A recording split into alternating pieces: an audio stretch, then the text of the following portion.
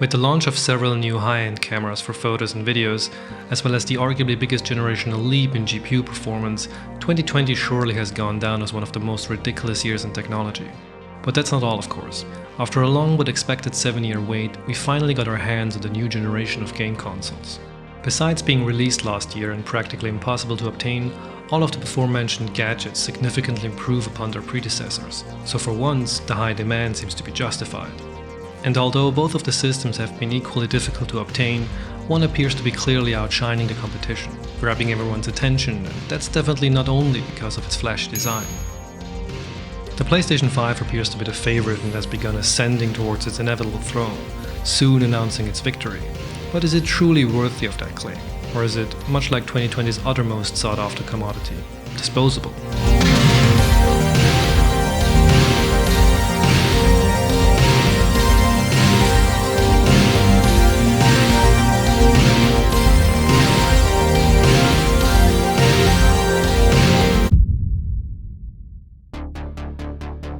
Before we get into the inner and outer workings of the PS5, I'd like to take a quick look at where Sony's latest and greatest is coming from. Much like in my Series X video, which you can watch here by the way, it adds a bit of context when trying to understand what this release means and represents for Sony. Despite what others and especially the numbers say, to me the PlayStation 3 was and still is Sony's last great console. An attempt to create a machine that went beyond the living room and resembled a personal computer, among other things, more than it did a gaming console. And this next demonstration gives you another example of how media can be browsed on formats. And although it sold better than its direct competition, the 360, it was still considered a bit of a failure. A lot of features were stripped and, much like its successor's rival, the Xbox One, it gradually became a gaming-focused machine during its lifespan, losing many of its charming features like the second operating system or the much sought-after backwards compatibility. The original PlayStation 3 was Sony at its finest, attempting to change the market by launching something nobody asked for and wrapped in a pretentious glossy piano finish, as well as sold at a ridiculous price. It was products like these that shaped Sony into the living legend it is, but it was also the same kind that led it to become an almost dead one. During the mid-2010s, the company was struggling financially, and Sony couldn't afford to take any more risks. The strategy that followed was a cutback on anything that wasn't necessary, a change that could be seen starting from individual products to entire brands. The PlayStation 4 was one of them, a bizarro mirror to its precursor, both in design and features. As we know, that plan certainly worked, and the PlayStation 4 outsold the competition 2-1.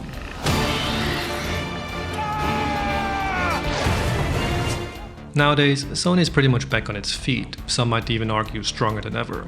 This regained strength is giving them the guts to try out experimental things again. They even reintroduced a new version of Aibo in 2019.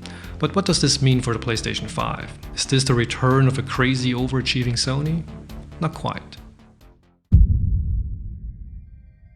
If I had to summarize the design in one word, it would be clever. This is nothing new though, as Sony has a proven track record of creating both memorable but also functional shapes. Everything is always done for a reason, such is the case here as well. Similar to how the PlayStation 4's angular construction forced the gap for the console to draw in fresh air, so do the wide panels of the new system. There have been some negative comments floating around when it comes to the stand though, and yes, I would argue that no stand is better than any stand, especially if it's a bit wobbly, like this stand. However, there are a lot of really smart elements to it, like the tiny compartment where the screw is housed or the little gap to store the lid from the bottom. But one has to wonder if it wouldn't have been a lot easier if the design wouldn't require this to begin with. But even with its complex build, Sony made it incredibly easy to disassemble, going as far as to reveal the complete innards and how to get there just before the launch. Now that's a lot of damage! The first thing you will notice is the standard M.2 slot, something we've come to expect after 2006, as all of the systems since then have had a common solution for expansion. This is great news for future updates and makes the choice and with that the price of storage a lot easier. Although I have to mention that as of the time of this video, the feature has yet to be enabled, and as much as I am praising the approach, I would loathe that if for some reason Sony would decide to restrict the usage to a select number of brands. I wouldn't be too surprised though, as this would coincide with the typical strangeness that we've come to expect from the company. As open and approachable as the console is, its software and ecosystem are a bit limited, but more on that later. Digging around further, you will find more cleverness, like this little dustbin that is supposed to catch and collect debris taken in by the fan. This is a fantastic addition and reminds me a lot of the filters found on most PC cases today. making cleaning a lot more easy. I wish all systems would think of their users a bit more. The panels are also a great way to personalize the console. Dbrand, for example, is set to launch a matching pair of black ones, but we'll have to wait and see if this actually makes it out the door. Lastly, despite its arguably good looks, great DIY features and clever design, I can't help but say that the console feels a bit cheap. The glossy and easily scratchable center is one thing, but combined with the flexible side panels, everything together feels a bit squishy.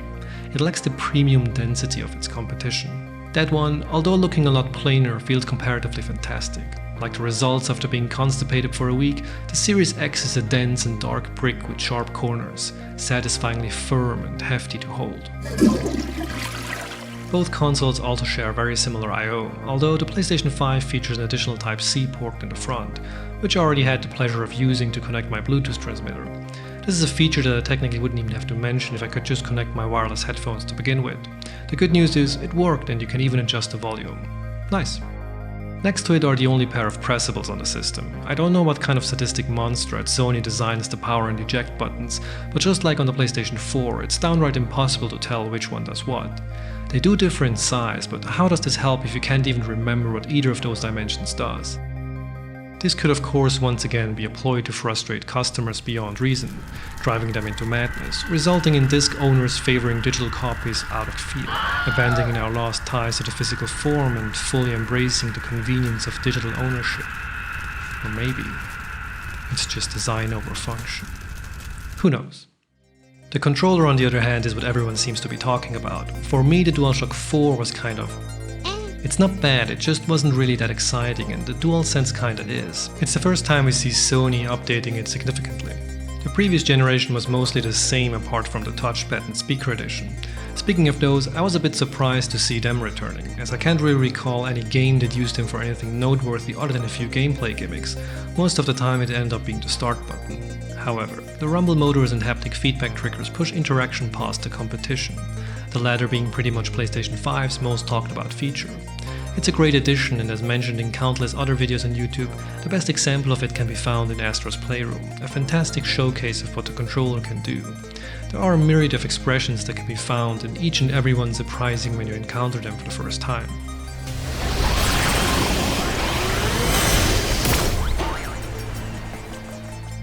The changes on the rumble motors are less significant, but still much appreciated.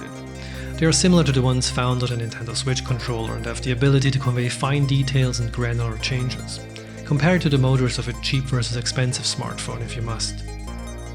But it quickly fades into the background. Now, you could argue that this is a good thing. Its non-intrusiveness technically enhances the gameplay without distracting from it, and I would argue that they succeeded at this, but it also feels kind of pointless when you don't notice it at all. I played through half of Sackboy's Big Adventure before noticing that pulling the cords gave the triggers a different feel.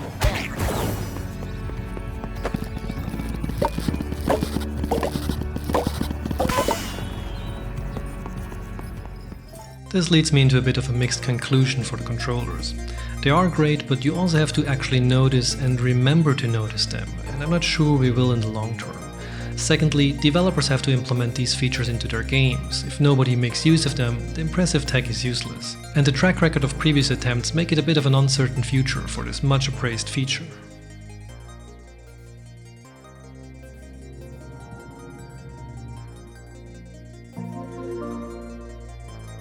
The boot up sequence had a minor refresher, but sadly lacks the impactfulness of the ones found on earlier systems, or even the orchestral might of the PlayStation 3's opening.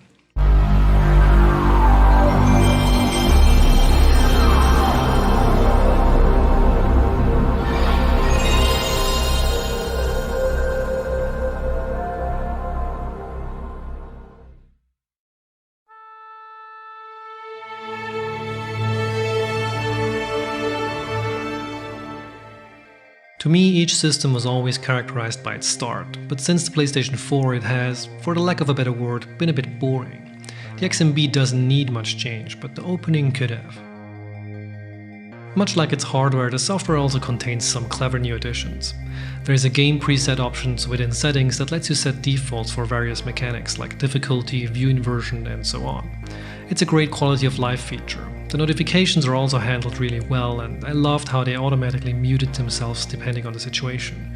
You can tell Sony took a lot of learnings from other teams to make life on PlayStation a bit more pleasant. There's also the addition of a new dashboard when pressing the PlayStation button, clearly inspired by the competition, but I like the implementation a lot more, even if it's less customizable. For some games like Ghost of Tsushima, you will be able to download a free update that lets you experience the game with the newfound power, while others like the original Spider-Man will remain locked at 30 FPS. You only get the PlayStation 5 treatment if you buy the new Miles Morales. That's a bit greedy if you ask me. But it's not just a lack of free updates for older titles. No backwards compatibility past PlayStation 4 is a bummer. And no, I'm not signing up for PlayStation Now and I won't be hooking up my PS3. The 5 already took all the space I had left. In the end, everything looks and feels better. It's more refined and fresh. The focus was clearly on improving the existing rather than reinventing it. That's not to say that it's bad. I welcome the updates. Even if it's not groundbreaking, it's still better than doing absolutely nothing. I have come across a few issues though. For example, when starting the console from standby, the TV sometimes won't turn on and the controllers would lose connection completely. This seems to be a known issue, and there was even a case of save games being corrupted at the beginning, but luckily that seems to have been resolved for now. Although Microsoft's approach of not changing anything might appear lazy at first, at least everything on the Series console works without any issues, or at least I haven't encountered them. The updates also seem to be more frequent for Team Green. The console is already getting new features like the FPS boost mode, further enhancing an already very game-accessible system, whilst fundamental issues like the boot problem are still present on the PlayStation 5.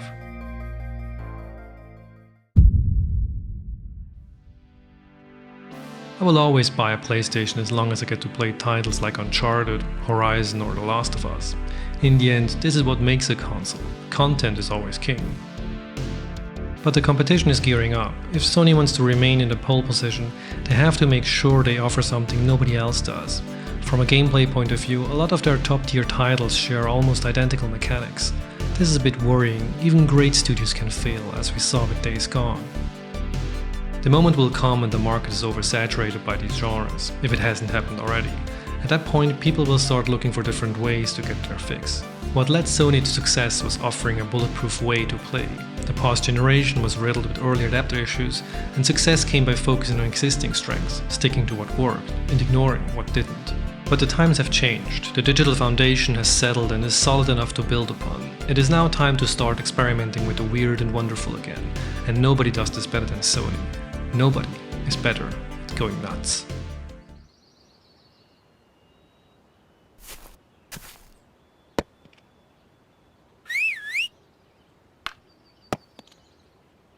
Come out and play! I can't!